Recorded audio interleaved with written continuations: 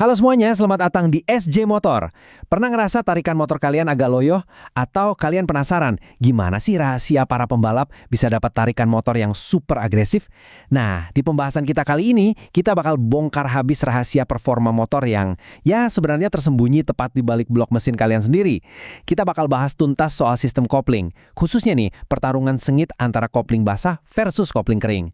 Lewat data riset mekanik dan panduan resmi, kita bakal lihat langsung gimana sih cara kerja komponen ini dan gimana ubahan yang tepat bisa benar-benar mendongkrak performa kuda besi kalian. Seru kan? Tapi, sebelum kita masuk lebih dalam ke jeroan mesin, pastiin kalian udah tekan tombol subscribe dulu ya. Kasih like juga kalau kalian suka konten teknis dan seru kayak gini. Jangan lupa tinggalkan komentar di bawah dan bagikan pembahasan ini ke teman-teman riding kalian.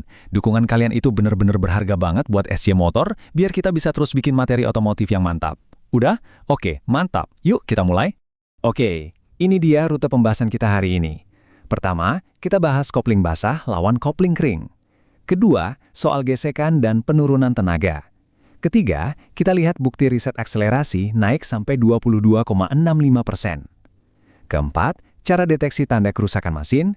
Dan kelima, pastinya panduan serta tips biar kopling kalian awet. Kita masuk ke bagian pertama, kopling basah versus kopling kering. Gini, buat pondasi awal kita penting banget nih buat paham beda mendasar dari kedua sistem ini. Apa sih arti dari nama-nama ini? Simpelnya, kopling basah itu sesuai namanya komponennya benar-benar direndam penuh di dalam genangan oli mesin. Sistem ini yang paling sering kita temui di motor-motor harian. Olinya di sini bertugas mendinginkan plat kopling yang lagi kerja keras. Nah, sebaliknya, kopling kering itu sama sekali nggak kena oli. Dia posisinya di luar bak oli dan biasanya cuma dipakai di motor balap, motor sport kelas atas kayak Ducati atau motor-motor modifikasi. Tujuannya apa? Murni buat memaksimalkan transfer tenaga tanpa ada hambatan dari cairan pelumas. Ya walaupun buat yang belum biasa suaranya emang sering kedengeran berisik, kemerincing, mirip mesin jahit rusak gitu deh. Tapi percayalah, disitulah letak performanya. Coba kalian perhatiin deh, ini cara kerjanya. Kopling itu ibarat jembatan yang menghubungkan putaran mesin dari poros engkol langsung ke transmisi. Pas tuas kopling kalian lepas, plat gesek dan plat tekan bakal merapat, lalu bergesekan. Nah, di gesekan inilah letak keajaibannya. Tenaga mesin langsung tersalurkan penuh ke roda belakang. Mau itu kopling basah atau kering, prinsip gesekannya sama aja. Tapi lingkungan tempat mereka bergesekan ini yang bikin perbedaan luar biasa. Pastinya tiap sistem punya plus minusnya sendiri ya. Kopling basah itu menang di senyap, super awet dan halus banget buat dipakai harian. Kekurangannya, gesekan platnya bikin oli mesin jadi lebih cepat kotor karena ada serpihan kampas yang nyampur di situ.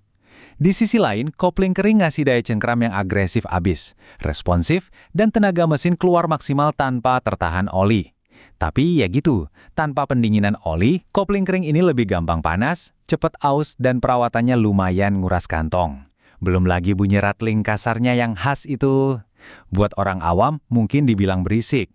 Tapi buat kita-kita yang antusias, wah itu mah alunan musik yang bikin adrenalin naik ya kan? Lanjut ke bagian 2. Gesekan dan penurunan tenaga. Terus, kenapa sih para pencinta kecepatan rela ninggalin kopling basah yang awet demi kopling kering yang rewel? Jawabannya ada di satu fenomena fisika yang namanya power loss alias penurunan tenaga. Ini poin paling krusialnya ya. Di kopling basah, karena platnya berputar di dalam oli yang kental, otomatis muncul yang namanya power loss. Bayangin aja gini, kalian disuruh lari secepat mungkin, tapi di dalam kolam renang sedada. Pasti berat dan lambat banget kan? Nah, persis kayak gitu yang dialami mesin kalian. Ada seretan tairan atau hambatan pelumas yang harus dilawan. Tenaga mesin jadi terbuang sia-sia sebelum sampai ke ban belakang. Kalau pakai kopling kering, hambatan air ini hilang total, tenaga murni langsung tumpah ke jalanan. Oke, kita masuk ke bagian 3, bukti riset akselerasi 22,65%. Kalau ngomongin teori fisika doang sih gampang ya, kedengerannya masuk akal. Tapi, mari kita lihat data nyatanya. Ini yang menarik. Kita punya bukti akademis dari Journal of Applied Mechanical Engineering and Green Technology, atau disingkat JAMETEC. Riset ini beneran dilakukan secara eksperimental oleh para peneliti di Politeknik Negeri Bali. Mereka memodifikasi sistem kopling otomatis sentrifugal bawaan pabrik, jadi kopling manual pada motor Honda Supra X 125cc tahun 2014, terus motornya digeber dan diuji di trek lurus sepanjang 300 meter. Dan coba tebak hasilnya? Bener-bener di luar dugaan. Ubahan dari sistem kopling basah otomatis ke sistem manual ini sukses ngasih lonjakan percepatan yang sangat signifikan, yaitu 22,65%. Bayangin, ini bukan cuma klaim abal-abal dari obrolan tongkrongan bengkel ya, ini angka solid yang didapat dari pengujian berkali-kali di lapangan. Artinya, pakai sistem kopling manual udah terbukti secara matematis bikin motor melesat jauh lebih cepat. Biar lebih kebayang, kita bedah angkanya bareng-bareng. Waktu dites, pengendara dapat skor rata-rata metrik percepatan di angka 101,095 untuk sistem otomatis bawaan pabrik. Tapi, begitu diganti pakai modifikasi kopling manual, angkanya mengecil drastis jadi 78,19.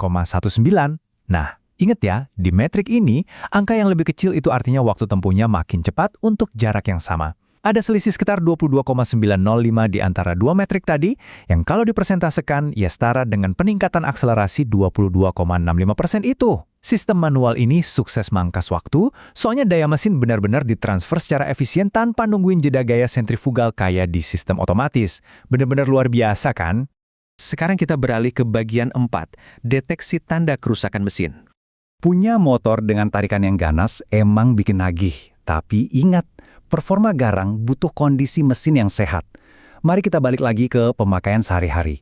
Berdasarkan buku panduan, ada 3 ciri utama kampas kopling kalian udah mulai aus dan minta jajan. Pertama, akselerasi mulai berasa ngempos alias melemah. Kalau biasanya lari 60 km per jam cuma butuh 5.000 RPM, tiba-tiba kalian harus gaspol sampai 7.000 RPM cuma buat lari segitu, wah itu udah lampu merah. Kedua, kopling mulai slip. Motor kerasa nggak ada tenaganya pas ganti gigi, atau tiba-tiba persneling jadi keras banget dan susah dinetralkan. Ketiga, mesin jadi gampang panas berlebih atau overheat. Gara-gara gigitan kampasnya udah hilang, plat gesek bakal terus-terusan slip dan bergesekan sia-sia. Ujung-ujungnya mesin panas ekstrim dan kadang malah kecium bau gosong yang nyenget banget dari blok mesin. Pernah ngalamin nggak? Oke, kita sampai di bagian 5, panduan dan tips awet. Nah, kalau kalian udah mulai ngerasain gejala-gejala tadi, jangan ditunda-tunda deh. Langkah paling penting buat jaga sistem kopling tetap awet itu cuma satu, rajin cek. Pabrikan menyarankan kita buat inspeksi kopling setiap 12.000 km, atau gampangnya setahun sekali.